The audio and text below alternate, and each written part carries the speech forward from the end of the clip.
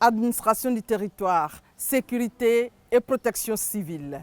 Les acquis sont nombreux dans chaque domaine. Alors, pour une immersion au sein du ministère de l'Intérieur et de la Sécurité, la Côte d'Ivoire en marche porte ses ringues. Mesdames et messieurs, bonsoir.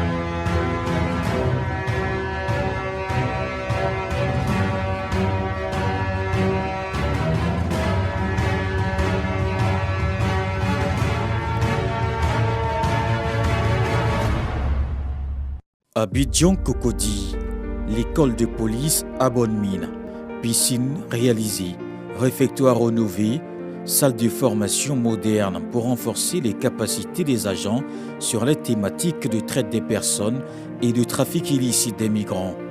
Inauguration le 30 juin. Il s'agit d'améliorer les conditions de vie et de travail des policiers, tant au niveau des infrastructures, des équipements que du social. Mais avant, la situation était différente au niveau de tous les compartiments, à savoir l'administration du territoire, la sécurité et la protection civile. À notre prise de fonction, nous avons mis la priorité sur la restauration de l'autorité du corps préfectoral. Nous avons assisté malheureusement à certaines scènes qui n'honorent pas notre pays, où malheureusement certains préfets, certains sous-préfets ont dû quitter leur localité sous la pression des habitants, de certains citoyens. Mais simplement parce que ces autorités préfectorales n'étaient pas dans une disposition qui force le respect. Donc il nous est apparu indispensable de faire en sorte que l'autorité préfectorale soit respectée. Vous savez que j'ai commencé ma mission en tant que ministre de la Sécurité. Sur cet aspect, il m'est apparu important de faire en sorte que notre police soit une police qu'on appelle police de proximité. Il était question pour nous, dans la perspective de l'élection 2020, de faire en sorte que la sécurité soit une sécurité équilibrée. Que personne n'ait le sentiment que la sécurité est faite pour les uns et pas pour les autres. Que celui qui est au pouvoir se reconnaisse en notre police et que celui qui n'est pas au pouvoir se reconnaisse aussi en notre police. Nous y avons associé des partenaires internationaux, nous y avons associé la société civile, nous accompagner dans ce programme d'encadrement. Mais aussi pour permettre de gagner en efficacité, nous avons procédé à un large recrutement. Les années précédentes, le recrutement s'est limité à environ 1000 nouveaux policiers. Sur les 2 années que nous avons passées, nous avons recruté à ce jour 4900 nouveaux policiers. À l'école de police, servir est une vocation, surtout dans un environnement agréable. Aujourd'hui, on compte les acquis avec la création d'une 2e école de police à Korogo. La poursuite du maillage territorial avec la création de 12 commissariats de police, faisant passer le nombre de commissariats de 126 à 138. 3 compagnies républicaines de sécurité CRS, augmentant le nombre à 7. 4 groupements mobiles d'intervention GEMI, faisant passer le nombre à 9. Et un poste de police frontalier à Tiefenzo, à Minignan. 6 services régionaux de la police judiciaire, réhabilitation du poste de police frontière de Sipilou, création du bureau fraude documentaire de l'aéroport international Félix Houphouët-Boigny. Pour la mobilité, la police nationale est dotée de 319 véhicules, 296 motos, 7169 mobiliers et matériel de bureau, 526 316 tenues et accessoires d'habillement, dont 208 376 tenues, 91 380 chaussures, 226 560 accessoires d'habillement, 26 660 matériels de protection, 46 083 matériels d'intervention. Mais le gouvernement entend aller plus loin. Beaucoup d'autres initiatives sont en cours. Il s'agit notamment de l'amélioration du cadre de vie général de nos collaborateurs. Nous envisageons justement d'augmenter le maillage territorial en commissariat de police pour renforcer justement la sécurité des biens et des personnes. Nous allons toujours continuer cette politique de recrutement pour que le ratio international qui est de 1 policier aux 400 habitants en moyenne puisse être respecté. Parce qu'aujourd'hui, en Côte d'Ivoire, nous avons en moyenne 1 policier pour 1500 personnes. Nous devons faire en sorte que ce ratio-là puisse être amélioré. L'autre action est de poursuivre la mise en œuvre de la police de proximité. Le gouvernement s'est donc engagé à rétablir la confiance entre les populations et la police nationale. J'ai exigé de chaque commissaire de police de faire en sorte qu'il connaisse chacun des citoyens qui habitent dans sa zone de responsabilité. Cette formation a été dispensée à l'ensemble des policiers. Il s'agit de la mise en œuvre de la politique de police de proximité pour amener les populations à collaborer avec nos forces à travers les comités consultatifs d'éthique. Pour illustration, Kapsura Bobo, précisément au commissariat de police d'Anokwakouté. Mais avant d'arriver au 39e arrondissement, une belle coïncidence. Une cérémonie entre population et policiers se tient au marché d'Anokwakouté. C'est l'association des femmes qui a organisé une cérémonie à laquelle elles ont invité Madame le commissaire. Donc il était bon qu'on vienne en même temps que sécuriser et aussi nous faire connaître par nos mamans et nos femmes du village. Depuis que le commissariat est là, les agressions ont diminué, les vols ont diminué. Ils font les patrouilles à chaque fois et quand on a besoin d'eux, ils sont là. La proximité entre la police et les populations est bon enfant au marché d'Anokwakouté, situé à quelques pas du 39e arrondissement à proprement dit. C'est un commissariat qui répond aux nouveaux standards des commissariats dans la politique d'amélioration de la qualité des services aux populations et des conditions de travail des policiers. Ce sont 32 bureaux à configuration spacieuse, fonctionnement des services et visites guidées.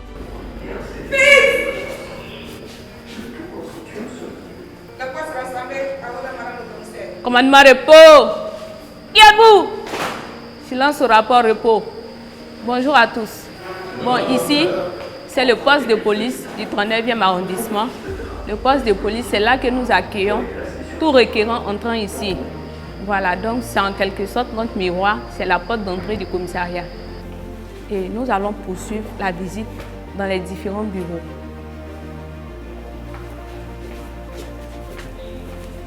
Et ici, on a le bureau VBG.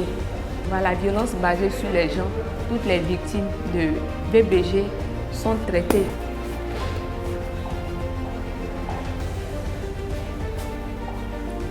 Ici, c'est le bureau, un bureau du genre « Bonjour, mon lieutenant ». Voilà, ça c'est le lieutenant Diabaté et le commissaire Mbra. Voilà, l'une de nos collaboratrices. C'est elle qui est en charge des questions de genre dans le commissariat. Concernant le vocable genre, les choses se passent très bien. Lorsque nous recevons donc les victimes de VBG, nous les écoutons. Ensuite, nous faisons une procédure. Nous les orientons aussi vers les structures. On va dire, si la victime est traumatisée, nous faisons appel à un psychologue. Ou alors nous les orientons aussi dans un centre social pour une prise en charge médicale d'abord, ensuite psychologique.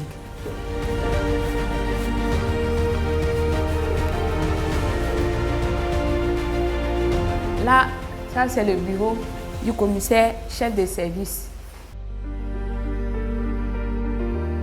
Nous enregistrons à ce jour près de 115 plaintes. Et il y a eu déjà 15 déferments. Et il y a 50 dossiers qui ont été transmis en renseignement au parquet d'Abidjan. Concernant les cas spécifiques du genre, nous avons enregistré pour l'heure 9 cas, voilà, concernant des femmes et des enfants. Il faut dire qu'en matière de promotion du genre, toutes les femmes policiers, pompiers civils et agents du ministère de l'Intérieur et de la Sécurité, par leur action, leur courage et leur sens du devoir, ont toujours été les meilleures ambassadrices de la cause féminine. Il faut noter la nomination de plusieurs femmes policiers et pompiers civils à des postes de responsabilité. En juin 2012, le ministère de l'Intérieur a reçu au total 30 véhicules, 50 postes de travail informatique, 50 détecteurs portatifs de métaux, ainsi que divers effets d'habillement et de protection, un don de la police française. Au même moment, l'Union européenne a également financé à hauteur de 1,4 milliard de francs CFA le projet de réconciliation entre la police et la population qui s'étendait de juillet 2012 à juin 2013. En plus, il fallait aussi réhabiliter les infrastructures. Nous avons, à la suite donc de nos prédécesseurs, procédé très rapidement à la réhabilitation de la Direction générale de l'administration du territoire, qui était dans un état de délabrement très avancé. Ensuite, il nous est apparu nécessaire de réhabiliter la Direction générale de la décentralisation et du développement local. Dans la même veine, la Direction des archives nationales a été réhabilitée.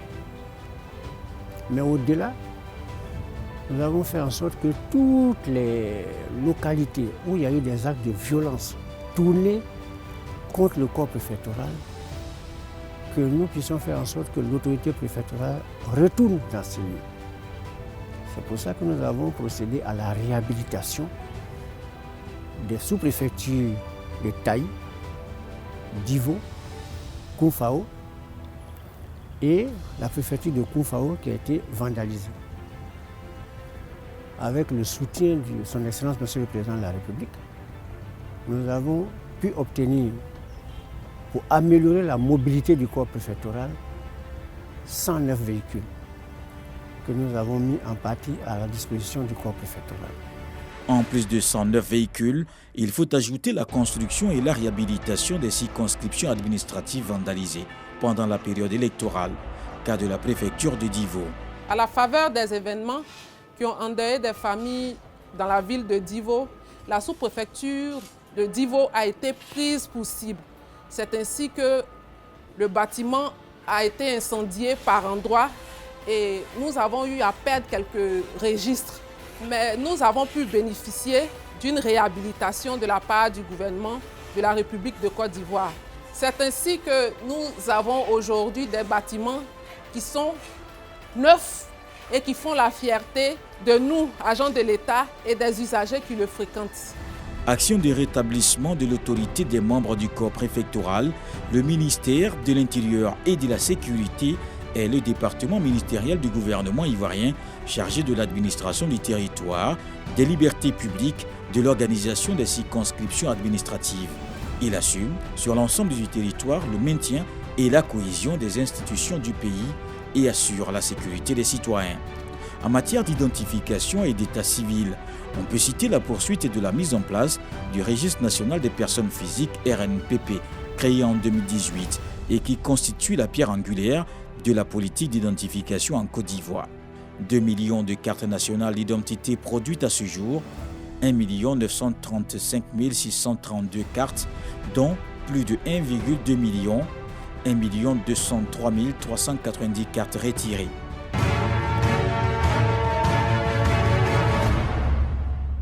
Nous sommes au plateau, précisément à l'ONESI, l'Office national de l'état civil et de l'identification.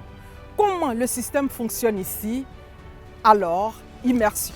L'ONESI, l'Office national de l'état civil et de l'identification, ici au plateau, le plus grand centre de distribution. Présentation d'une équipe de distribution des nouvelles CNI au travail. Description du dispositif de l'opération de distribution mise en place pour faciliter l'obtention rapide des CNI. Donc les renouvellements sont les dossiers de personnes qui ont déjà eu une carte nationale d'identité. Donc l'ancienne carte d'identité, donc la CNI dite orange. Et ces personnes-là, leurs données sont transférées à ces agents que vous voyez qui sont regroupés en fonction des types de demandes. Pour les cas de nouvelles demandes, Les cas de nouvelle demande sont un peu plus complexes dans le traitement parce que les dossiers fournis sont les extraits de naissance, les certificats de nationalité pour les cas généraux. Et ces dossiers-là, individuellement, doivent être vérifiés, contrôlés donc, par les agents qui sont assis. En plus de tous ces mécanismes, il y a un canal qui a été créé avec le ministère de la Justice pour pouvoir authentifier les certificats de nationalité qui sont contenus dans les dossiers. Donc c'est quand tous ces contrôles sont finis et que le dossier est conforme qu'il part maintenant pour la production. L'identification et l'état civil vise à attribuer à chaque citoyen ivoirien et à tout étranger résidant ou de passage en Côte d'Ivoire un numéro national d'identification unique.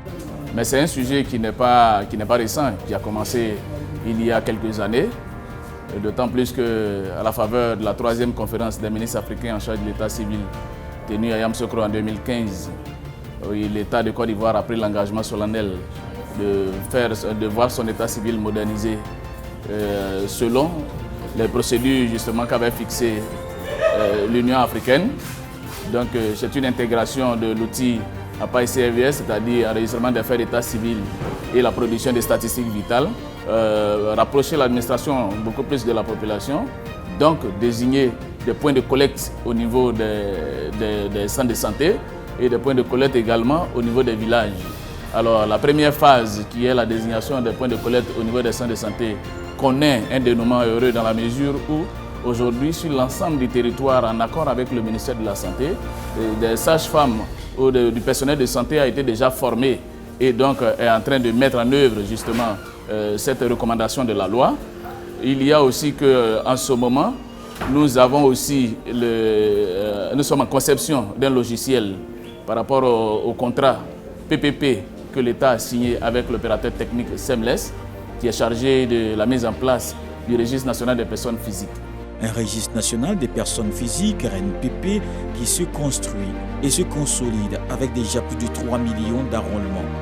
Le rapprochement vers les populations de l'opération d'enrôlement et de distribution à travers les comités locaux et 822 bureaux et plus de 2000 agents sur le terrain, suivant le processus d'acquisition de la nouvelle carte nationale d'identité. Jocelyne est au rendez-vous. Bonjour madame, comment on peut vous aider? Juste pour faire le renouvellement de la carte d'identité. Le renouvellement, vous avez déjà l'ancienne pièce? Oui. D'accord, elle est expirée? Effectivement. Ok, vous achetez le timbre en ligne, la quittance en ligne, dans tous les points agréés, soit à la poste et également chez nous à la caisse ici. C'est 5 000 francs.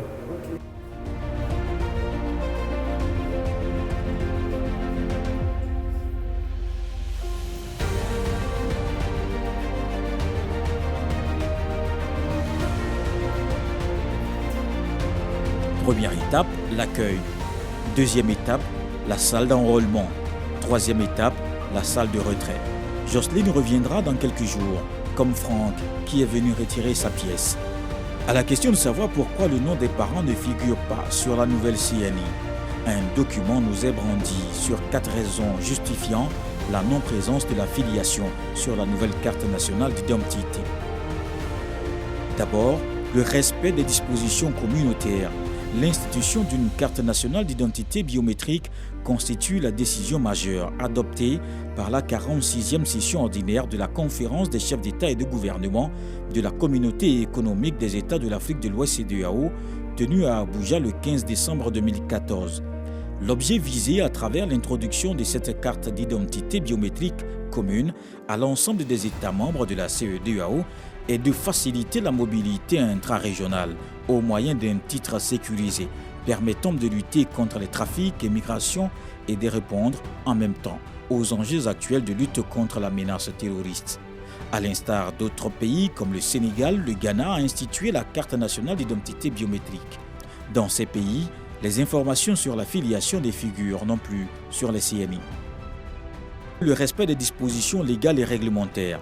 La nouvelle carte nationale d'identité biométrique a été instituée par la loi 2019-566 du 26 juin 2019 qui exige à l'enrôlement le certificat de nationalité et l'extrait de naissance pour les nouvelles demandes d'identité expirées pour les renouvellements. À toutes ces étapes, l'on dispose des données relatives à la filiation. le respect de la législation relative à la protection des données à caractère personnel. Il s'agit ici de fournir un document administratif contenant les informations nécessaires à l'utilisation de ce document. La CNI est un justificatif d'identité d'un individu. Par ailleurs, les informations sur la filiation sont contenues dans la puce, donc disponibles dans la base de données. Enfin, le numéro national d'identification, véritable outil de distinction. La filiation figurait sur les CNI à l'effet de distinguer les personnes disposant des mêmes noms et prénoms. Aujourd'hui, la mise en œuvre du RNPP implique l'attribution du numéro national d'identification propre à chaque individu et généré à l'établissement ou au renouvellement de la CNI, à la naissance d'un individu ou au passage aux différentes frontières.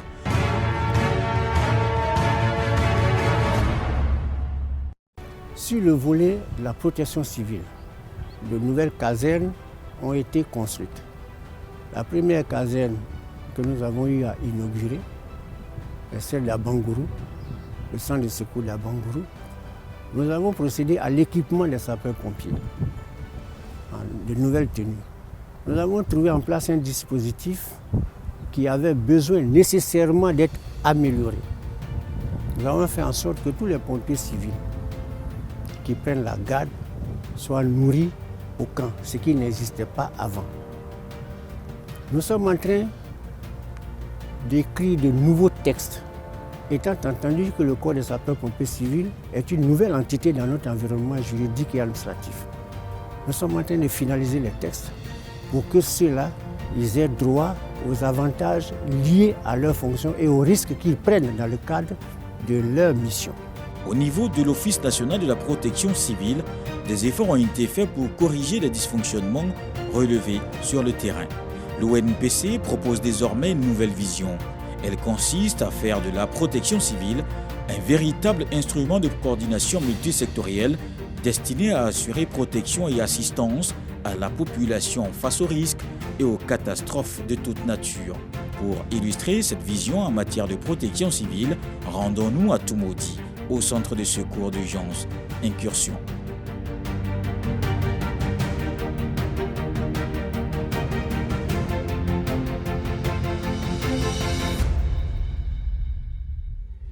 Au centre de secours d'urgence, il faut dire que nos interventions sont données en fonction des alertes. Lorsque la sirène est retentie une fois, ça veut dire que nous sommes engagés pour un accident de circulation. Là, c'est l'ambulance qui s'engage. Lorsque l'alerte est donnée 2 fois, c'est l'engin incendie qui est engagé avec l'équipe d'incendie. Un coup de fil d'urgence et on se prépare pour une intervention.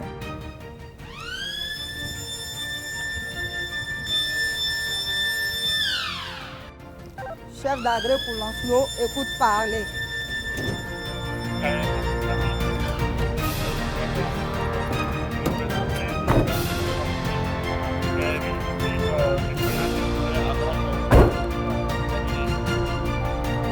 Chef d'agré pour Lancelot, appel reçu.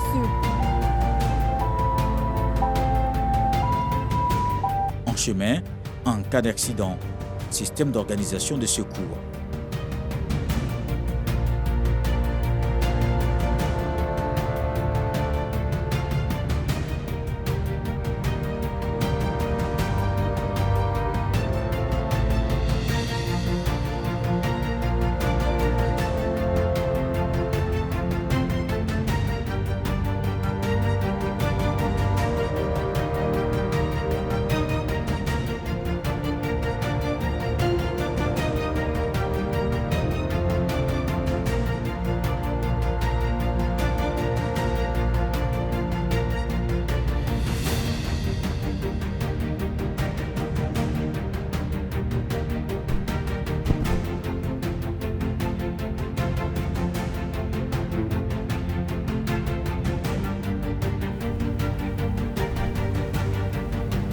Une journée chargée pour les soldats du feu.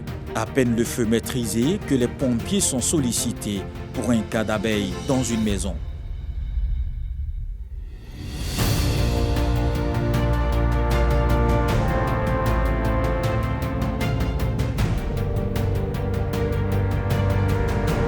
3 simulations qui décrivent bien le quotidien des pompiers civils. Mais aucune œuvre n'y temps parfaite, ils sont souvent accusés de dysfonctionnement et de retard. Mais souvent quand on les appelle, ils ne viennent pas le moment opportun.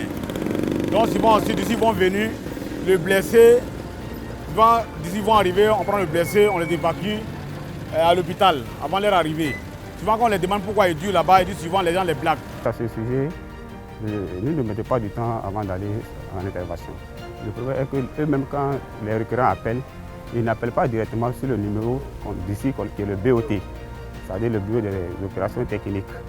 Et ils sont obligés d'appeler soit d'autres personnes à Yamoussoukro avant que nous on ne reçoive l'appel. Quelques minutes sont déjà partis. Et si nous sommes bien organisés, nous ne mettons pas du temps. Pour faciliter leur travail, l'Office national de la protection civile ONPC a obtenu 14 véhicules, dont 4 ambulances, 4 camions citernes et 6 de service. Aussi, 324 tenues d'intervention et 324 paires de chaussures Ranger. En tout cas, le gouvernement annonce de bonnes perspectives. C'est la Côte d'Ivoire en marche vers son développement donc. Merci de votre fidélité, merci de nous avoir suivis et à très bientôt.